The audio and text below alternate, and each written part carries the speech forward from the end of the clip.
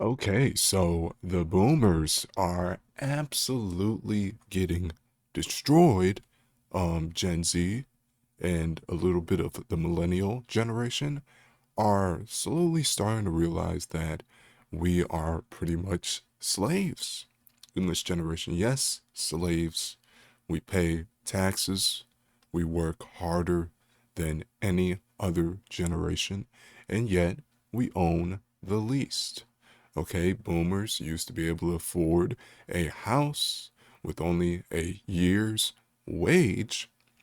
And I'm going to show you guys a few Twitter posts on this topic and just show you how screwed it is. So here we have a Gen Zer, which is having a mental breakdown because they are not able to afford anything. So this is the tweet. This is the first month I won't be able to afford rent. I've cut back on eating because I literally cannot afford food. Rents increased from 1,300 to 1,800. The food prices are too high. I don't spend a lot. I'm exhausted all the time from being overworked and underpaid. I don't have a lot of stuff. I don't even have family. So we're gonna just watch this. Won't be able to afford rent. I'm not a rich person. I don't have a lot of stuff. I have basic household necessities, a couch, a bed, washer, a dryer. That's about it. A car. I don't have a lot of lavish things. I don't go on vacations and I don't spend a lot. Rent's increased from 1,300 to 1,800. The food prices are too high. Yes, the food prices are ridiculously high unless you're living on like some private island. You notice this, okay? Everything's high. Rent is high, transportation costs are high, wages are low. The minimum wage literally has not been raised since in like 15, 16, 17 years. So we're just behind. We have no way to afford basic necessities unless you have roommates.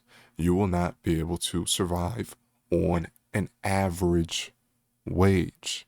Okay, so we have a fairly attractive woman, and even she's probably working some cushy what's it called, white collar job, whatever it's called, office job, and she's able to just um sit in a chair, do some paperwork, and get above average wages. Okay, now if it's hard for her, imagine how hard it is for the average looking guy or the below average looking guy that can't use their looks to get a good paying job. That isn't like overly charismatic. Imagine how hard it's going to be for that guy. Okay? If it's hard for her, it's going to be even harder for a man. You have men working themselves to death in all these physically intensive jobs that don't pay a lot of money. You have what is it? Like freaking oil rig workers barely getting paid $20 an hour, working themselves to death. Okay? And it's ridiculous. Ridiculous how no one is happy unless you're like an Insta freaking even the Insta the influencers and the freaking OnlyFans um quote unquote influencers or models, whatever you want to call them, they're not even happy because they literally have to sell their body in order to attain a basic wage. Okay. And OnlyFans models aren't rich. They're not rich. They if you look at where they live, they usually have apartments, probably a basic car. They're not doing well for themselves. They're just able to get by. So a person like this would see other women um making a living off of just doing a couple of hours worth of labor a day, and really that's not even really labor. I wouldn't define that as labor. She's going to see that and she's going to say, hey, I'll make an OnlyFans. I should make an OnlyFans. And so the cycle continues. And now what you're seeing is you're seeing an over inflation of women rushing to make OnlyFans, rushing to go on all these platforms, rushing to be Instagram famous. And what that does is it dilutes the wages of those kinds of professions. So now you'd have to be very above average, or probably like the top 10% of women, probably the top 5% of women, to even think about making a living wage on OnlyFans. So we're screwed. We're screwed. So I'm going to scroll down a bit. Is this Bidenomics, or is this just poor decision making? It's not Biden. Okay, let's not act like this stuff just started under Biden's presidency. This has been happening for generations, but the problem has just been completely ignored. Generation after generation, nobody addresses the issue. Nobody talks about it. Everyone wants to ignore it. They want to ignore the freaking rampant inflation, the endless spending, the forever wars. People want to ignore that, but they want to mention Biden. Biden is just a freak. I'm not even going to mention it on this channel because I don't want this video to get taken down. But you know, Biden, he's got strings attached to him. Let's just say that. So this is her right here, and she has a husband. She is hustling her rent and people bound and determined to blame the economy. Not sure if I posted this last night, so sorry for being redundant. So she has a husband, and even so she has dual income, two incomes, and even she's complaining about, oh, why can't I afford this? When just in the 70s, you could afford to raise a family with just one income. Now you need like two people plus roommates in order to afford a comfortable lifestyle. Okay, anybody could work like 70 hours a week and technically afford rent, but would that be a sustainable lifestyle? Would that be a lifestyle worth living? Just going to work, going home, paying bills, and working yourself slowly to death? No, a lot of people would not want to live that sort of life.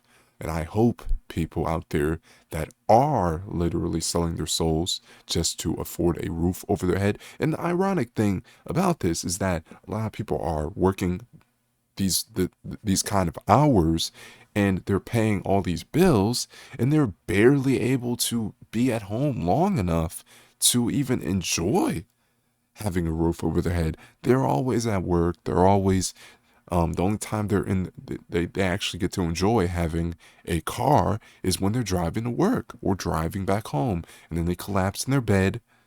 And when you get down into it, even on a deeper level, it's no wonder a lot of people are just saying, screw it. I'm just going to live in my car. I'm just going to get a van and sleep in my van. What's the point of owning a house when you'll never be able to afford enough to start a family, when you'll never be able to afford enough to actually enjoy having a house, when you'll never have enough free time to actually get to just take in just having your own house or your own apartment. You're never able to do any of that. So people are just saying, what's the point if I'm just laying down in my bed and that's the only time I actually get to enjoy having an apartment? Then yeah, people are going to say, yeah, I'm going to sleep in a car or do anything. And again, a couple generations ago, this would have been seen as radical. Now in this generation, it's not uncommon to find people that are living in their cars or have experienced sleeping in their cars. Not at all uncommon. So we're going to go to the next tweet. So this one says, the boomers building their little McMansions in Florida, mimicking the pyramids of Egypt, as all their earthly treasures and wealth are crammed into a fancy tomb so they can take it all with them to Elysium, Margaritaville. Why do new houses have these stupid tall roofs? They don't have an attic in there. It's just taller for seemingly no reason. So yeah, this is a play on saying boomers are pretty much building their own pyramids because boomers are the only people who are able to afford these kinds of houses. I mean, yes, there is a minority of people that of young people that are able to afford houses, but I guarantee that they had above average earning parents, way like probably high middle class, top middle class. So yeah, just a little joke. He's saying it looks like the pyramids, which is funny.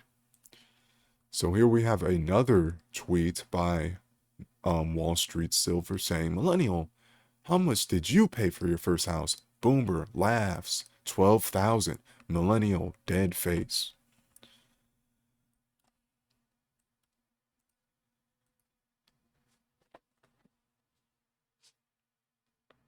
Let this buffer for a second. Try refreshing it.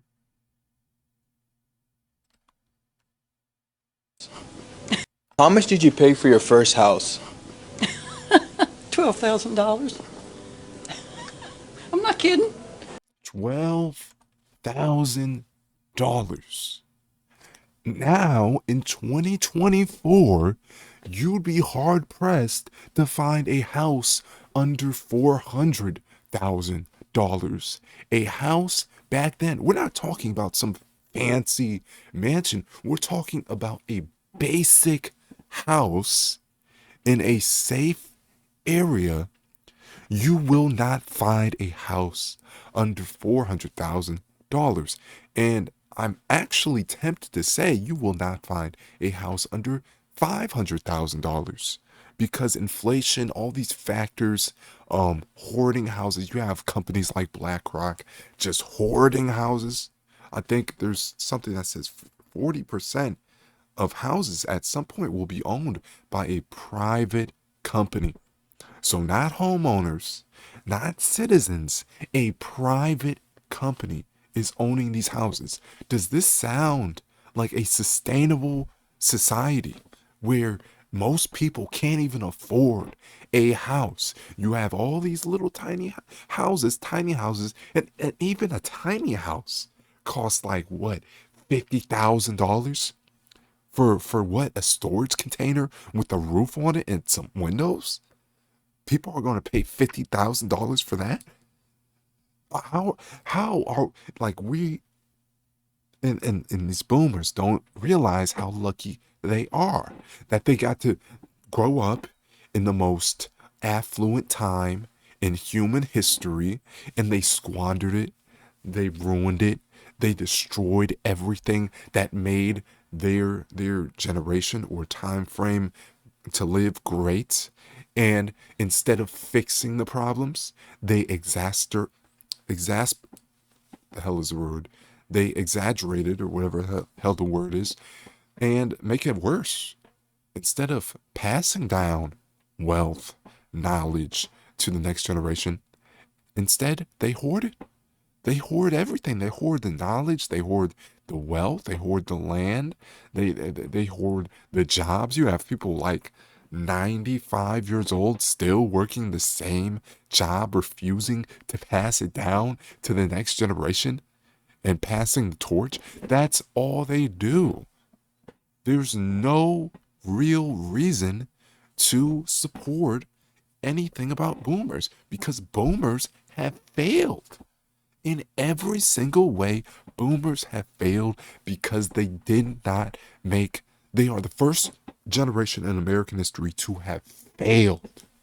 They always talk about, oh, Gen Z, millennial, they failed, but really they're the failures because they are the first generation in American history to bring forth and give birth to a generation that does worse than the generation before them, which is a failure in every single way. For hundreds of years, Americans have literally become more and more affluent, mostly because of the actions of their forefathers. In a single generation, all that was gone, all that was destroyed because boomers, they're the me generation. They're the first generation to call themselves a me generation. It's gonna be about me. I gotta focus on me, while setting up their children for failure. So we're gonna go to the next tweets. I think this is the last one. So here we have a lady that says, "This is something I need Gen X and baby boomers to parents to grasp. If you had children expecting them to fulfill your emotional needs or heal your childhood trauma, seek therapy." So this, she's talking to baby boomers. Refresh this. No hate to the. Okay, so genuine question, which means no hate to the commenter. Is there any regard for what the parent needs, or does it only go one way now that they are adults? Let's talk about it. So, parents of adult children, brace yourself. Brace yourself. This one's gonna sting. Let me know when you're ready. You ready? Okay, here we go. It was always supposed to be a one-way street.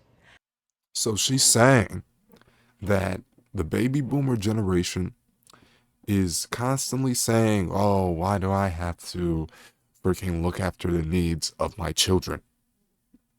Why do I have to look at them?" And like, you know how selfish of a parent you'd have to be to think like that?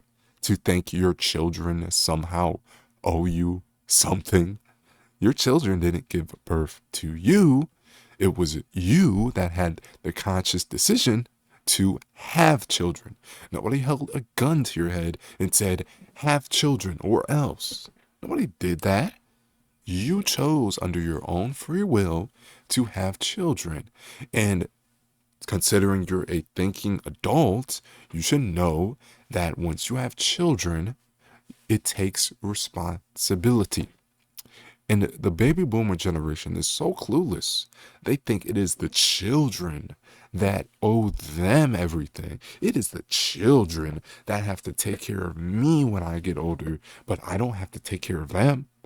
This is the mindset of boomers. They think their children have to take care of them well into old age, but they don't have to take care of their children. Okay, they think, "Oh, because my children are turn 18, I can just kick them out the house." This was the generation that founded that principle. This did not exist before the baby boomer generation. The baby boomer generation was the first generation that normalized kicking your children out at 18. Every generation before that was pretty much a multi-generational household, and you didn't cut contact with your parents. But the boomer generation hated their children. They hated their children. They're like, as soon as they turn 18, I'm going to kick them out. And it was the boomer generations that cut ties with their children as soon as they turned 18. And it's typical of the boomer generation to then reestablish contact when they start to reach old age and they can no longer take care of themselves. They try to, what's it called? Reinstall contact. Okay, they try to do that once they get old, like 70s, 80s, 90s. They're like, "Hey, son, I haven't seen you in like 30 years, but hey, I'm your father. Now are you going to take care of me? Hey." And it's just cringe. It's just cringe. Everything about the boomer generation is just cringe because they had everything and they acted like a spoiled brat, taking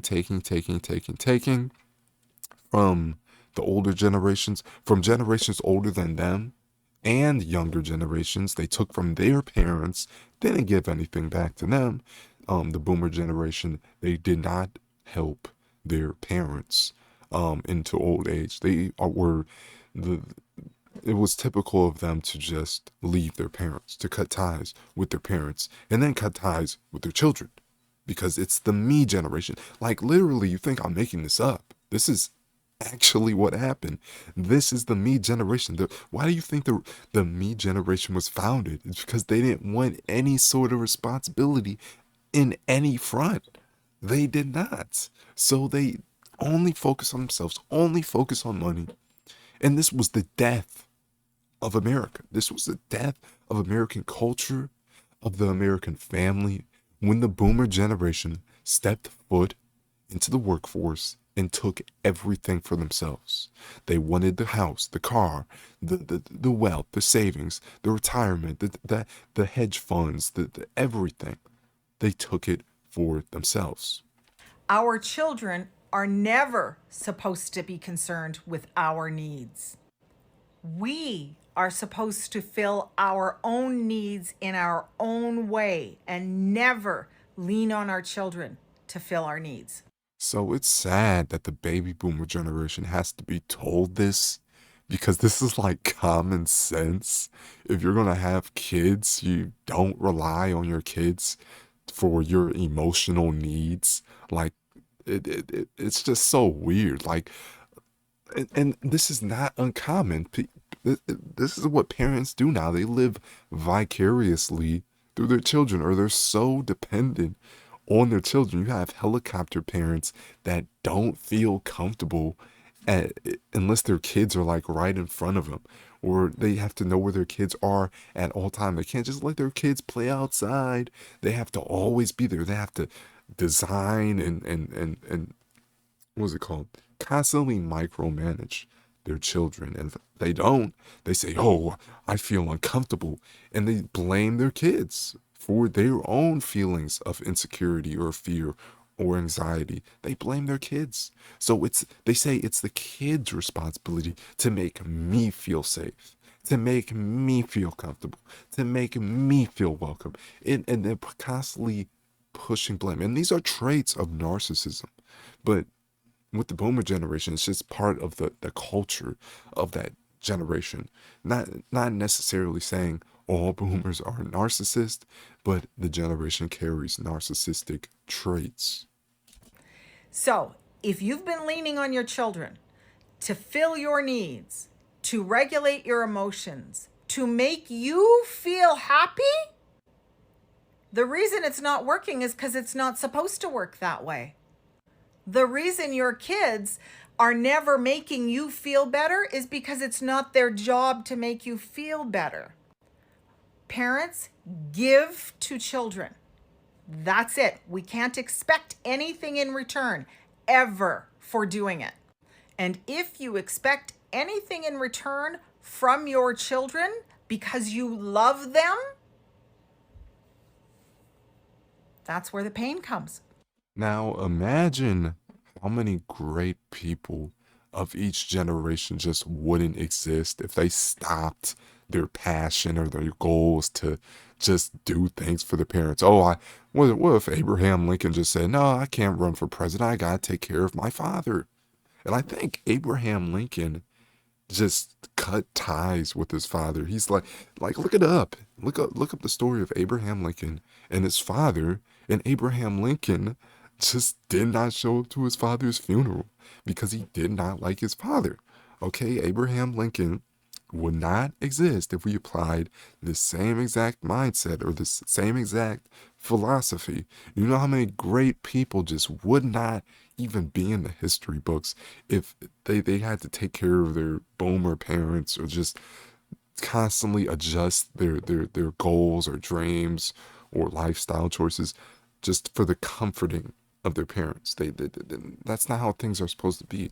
Okay, you don't bring forth great people of each generation by having them be unconditional servants to their parents. Now, I'm not saying you disrespect your parents or just constantly, go out of your way to freaking, disrespect your parents. No, I'm not saying that. But you should never put the goals of your parents before the goals of yourself. Because if you do that, you will spend the rest of your life in a miserable state of limbo. You will always have regrets. You will always feel inadequate. And you will always be like, oh, what? Well, I wonder what my life would be if I actually did what I wanted to do instead of just what my parents wanted me to do. Okay, that is not natural. That's why we have these biological, emotional urges to go after things. If we don't go after what we want to do, our body reminds us by giving us the most emotions of regret, of guilt, of anxiety. They instill these into our DNA, okay? And if you just do, hey, son, I want you to be a freaking, what is it? I want you to be a freaking doctor. And let's say you really wanted to be something else. Let's say you wanted to be a car mechanic and you forgo your freaking goals of being a car mechanic to be a doctor. And then you're just stuck being a doctor. You end up going to school to be a doctor and you hate it. You're going to spend the rest of your life just hating your everyday activity. So never, ever, ever, ever, ever let these boomers convince you into not doing what you want to do, as long as it doesn't hurt, kill, or no hurt or kill anybody, or it's not breaking the law. You do what you want to do. That's why it hurts. We're supposed to meet our own needs. See? And if we didn't get our needs met when we were children, then we don't know how to get our needs met as adults. So what we wind up doing is depending on our kids to meet our needs because we don't know how. So what are your kids telling you when they're saying they want to go low contact or no contact? Learn how to meet your own needs. Stop looking to me to meet your needs, whatever that need is. Do you need to feel loved? Do you need to feel validated? Do you need to feel important? Do you need to feel useful? What do you need? Because whatever that need is, it's not our child's job to fill it. So, yeah, she explained it perfectly. Perfectly, perfectly, perfectly.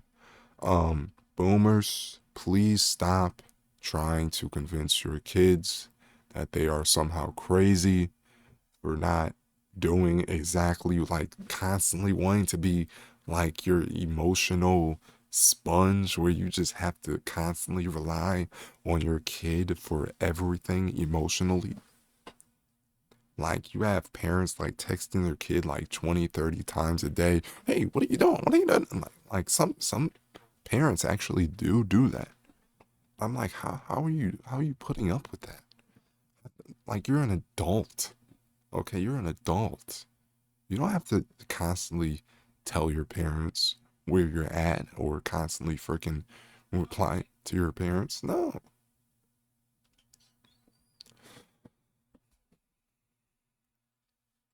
Like your emotional needs have to be met by yourself. Okay? Nobody else. So, great question. Thank you for answering it. And yeah, when you say, does it only go one way now that they are adults? It should have gone one way all along.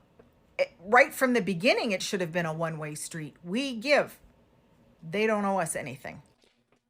Imagine having a baby and just constantly relying on a baby as a grown adult, relying on a baby for emotional support. Do you know how sad that is? Do you know how is that normal? How is that normal? It's not. Okay, it's not. So yeah, you guys get the point of this video. Um, Something is very, very wrong with today's culture of just it's ridiculous. It's ridiculous.